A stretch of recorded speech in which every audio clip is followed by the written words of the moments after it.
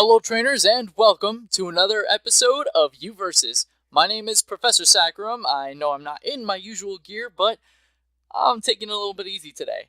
But today I have another Pokemon Omega Ruby and Alpha Sapphire Wi-Fi battle for you, this time between Jay and Voltic. Now, I've tried to do this once before, didn't really work out. I tried to do it a second time, screwed up a couple things. So this is the third time. I've only played it full the way through. I've seen the entire battle once. First time it went, my computer kind of went after that. Second time, I just screwed up setting up. So this time, third time's a charm. Try and get this done. I hope you guys like the face cam feature. I kind of just wanted to try it out and see what's going on. But before we start to ramble too long, let's get our battle started because we've got this Beedrill lead along with the Rotom Wash lead. Voltic issues the challenge and leads off with Rotom Wash as Jay goes straight for the Beedrill. Maytag is the name of the Rotom Wash. I couldn't remember the name of it for a second. And there are actually some really nice nicknames on this team. But turn one, Beedrill is going to go for the Mega Evolution, because why else? Because this is a nice little standard OU team, but not really standard. So he goes for the Protect just to make sure he gets the safe Mega Evolution, because Beedrill is still very slow and very frail. As Rotom Wash does try to go for the Will-O-Wisp, which then Beedrill is going to be able to go for the Stab, Adaptability, Max Attack, U-Turn on the Rotom Wash, Bold. I believe that's probably physically defensive. I can't tell by the damage. And he's going to do about a little more than half as Rotom Wash goes straight for the Hydro Pump and is able to land on the Gliscor very, very nicely. Luckily for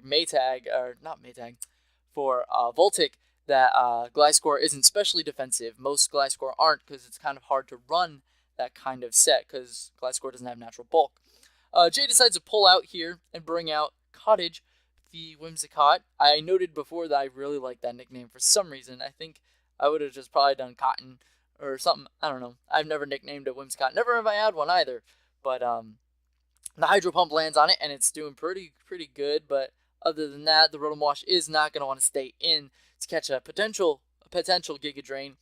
As Cottage just goes for the nice and safe Leech Seed onto this Pidgeot, which we do see that the Pidgeot, is going to be the Mega Pidgeot whenever this animation stops for the Mega. But Whimsicott is pulling out right here and goes into K9 Lady, the Arcanine, which is really, this is actually a really different kind of set for Arcanine. Pidgeot's attack does go down because of the Intimidate, but it doesn't really matter because Mega Pidgeot is that special attacker. So that doesn't really quite matter, and he doesn't really mind it too much. As Mega Pidgeot is able to go straight for the U-turn to just try and get a really nice sort of switch advantage. So that way now he has something to bring in onto this Arcanine. So Arcanine is now in, and now Rotom is in, which is nice. So we got the Leftovers recovery on K9, Jay's brought in, and the Leftovers from Rotom. So we got two Leftovers on here. Really nice. As K9 Lady does go for the Toxic onto the Rotom Wash, which is very different. I'm guessing that because this is Leftovers Rotom, it doesn't have Rest, but instead it has Pain Split. As it does go for the Volt Switch here, so it can get out. And then now Arcanine is trapped because the Dugtrio is out. Arena Trap prevents any Pokemon that touches the ground that isn't Flying type, basically, or has Levitate. It makes them stay in.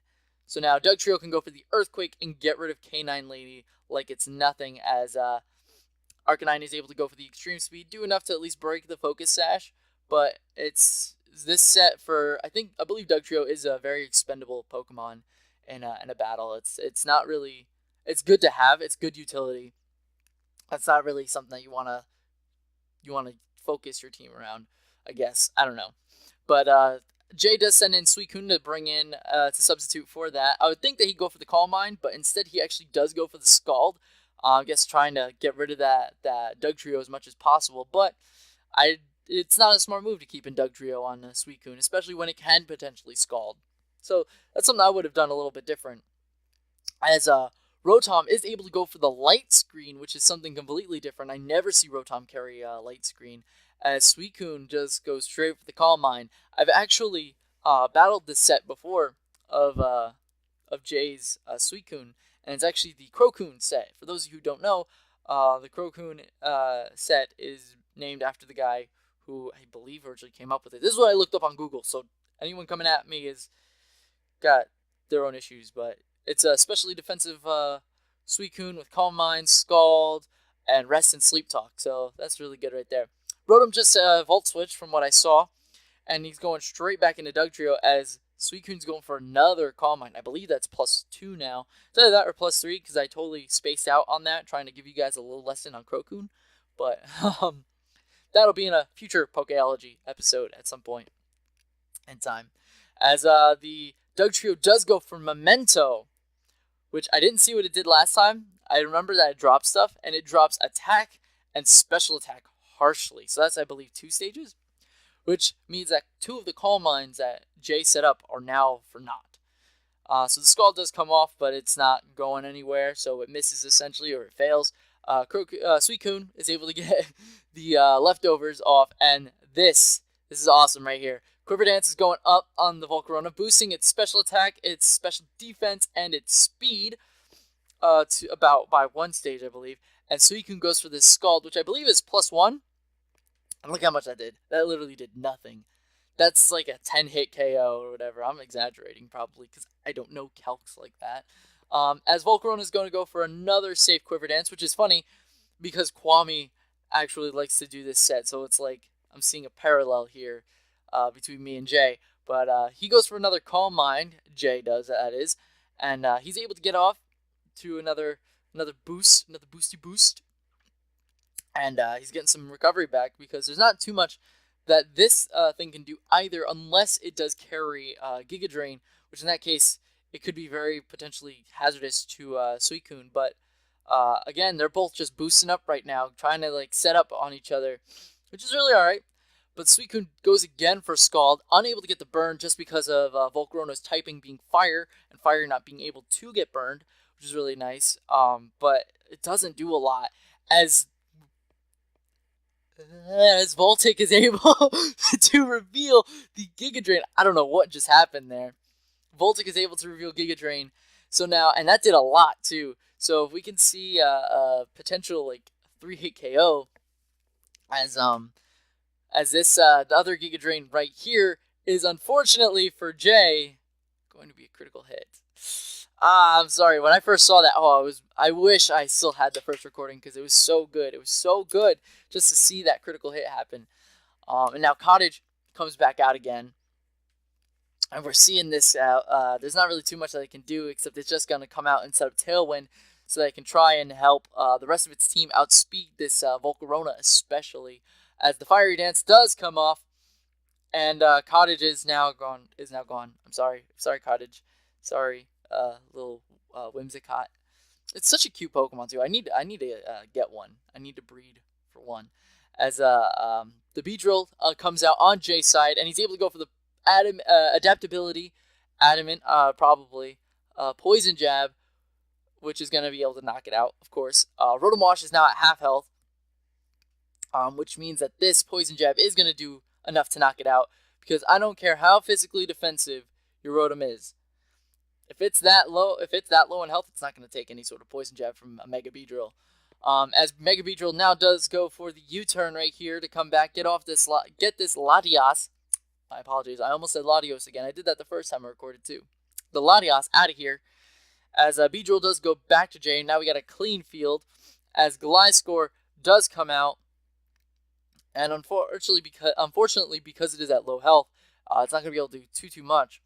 But I guess it's just a sack, so that way Mega Beedrill can probably come back and clean again. I don't know if this is what he was thinking the entire time, but Gliscor isn't going to be able to take this Hurricane from Mega Pidgeot. I think they both kind of knew who had it in the bag at this point, because there wasn't really too much and either of them could do. So Mega Beedrill does go for the... I'm stuttering now. Mega Beedrill does go for the Poison Jab and is able to knock out the Mega Pidgeot very easily, as Blazus, the Azumarill, does come out and goes for the Aqua Jet onto this Beedrill, but it's not going to do enough to knock it out, unfortunately. As Poison Jab is going to be able to one-shot this Azumarill, and that is good game, you guys. That's really good. Jay just won victory, so that's really good on you, Jay. Congratulations to Voltic, too, because that was a really good battle. You guys both put up a good fight. Just a couple things here and there, but nothing I can really say. I actually can't point it out to memory. The most I can really think of is not setting up Calm Minds earlier with Suicune. The turn that Doug Trio was out and switched out, but that's really all I can think of, I guess. But anyway, thank you guys for watching. You've been awesome, as always.